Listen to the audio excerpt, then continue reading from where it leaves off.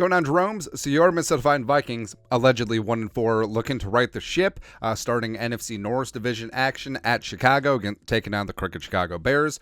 And the Vikings, a relatively clean injury report. The Bears got a lot to talk about. So for the Vikings, Jordan Addison has been limited 2 days in a row with the ankle. Now, a lot of people have been freaking out about it. I think it's much ado about nothing. I think the Vikings are just being extremely cautious with him.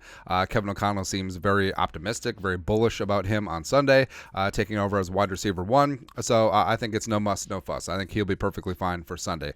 Caleb Evans, who exited the Chiefs game with a knee injury, limited for 2 days in a row. Obviously, it would be nice to have him back in the lineup. Although Mekhi Blackman has looked pretty good when he's been in there as well. And then 3 full participants. Lewis Seen come back from the hamstring injury, which is great.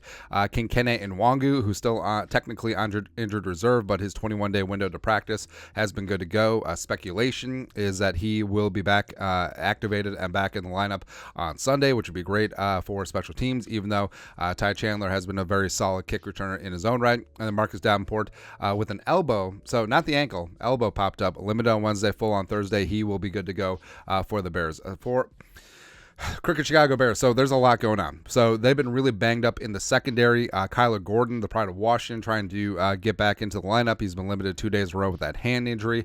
Eddie Jackson, fantastic safety. Number 4 is limited 2 days in a row with a foot. Cole Kmet, their starting tight end, limited with a hamstring. He may go. But he may be a little bit limited. Now, Terrell Smith, Doug Kramer, Jalen Johnson, Jalen. Now, it's weird seeing Jalen Johnson on the injury report, and it's not shoulder. But Pride of Utah is a fantastic corner.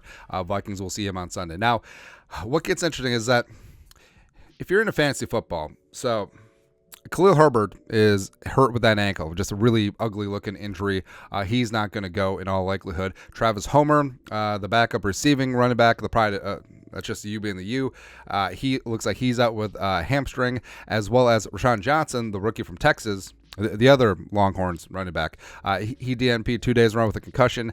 It's very unlikely that he would progress where he could be able to play on a Sunday. So Donta Foreman is like the only healthy running back on the rooster right now. So if you're going to fire up a guy, I mean, Donta Foreman, you've seen, like, it's not necessarily efficient, but he's going to get the work in that regard, as well as Lucas Patrick, starting center DNP with a concussion, Equimania St. Brown with a hammy, and Mercedes Lewis. I mean, who knew that Mercedes Lewis still in the league, man? But he DNP'd, but of course that's a veteran rest day since he's 95,000 years old. But that's it. I think the Vikings relatively clean outside of obviously JJ, and since he's on injured reserve, they don't have to file him on the injury report. Just sucks. But let us know your thoughts on our thoughts in the comment section below. Subscribe for daily Vikings takes. Want to support the work? Put a little something in the Venmo. But till next time, Skol, production value.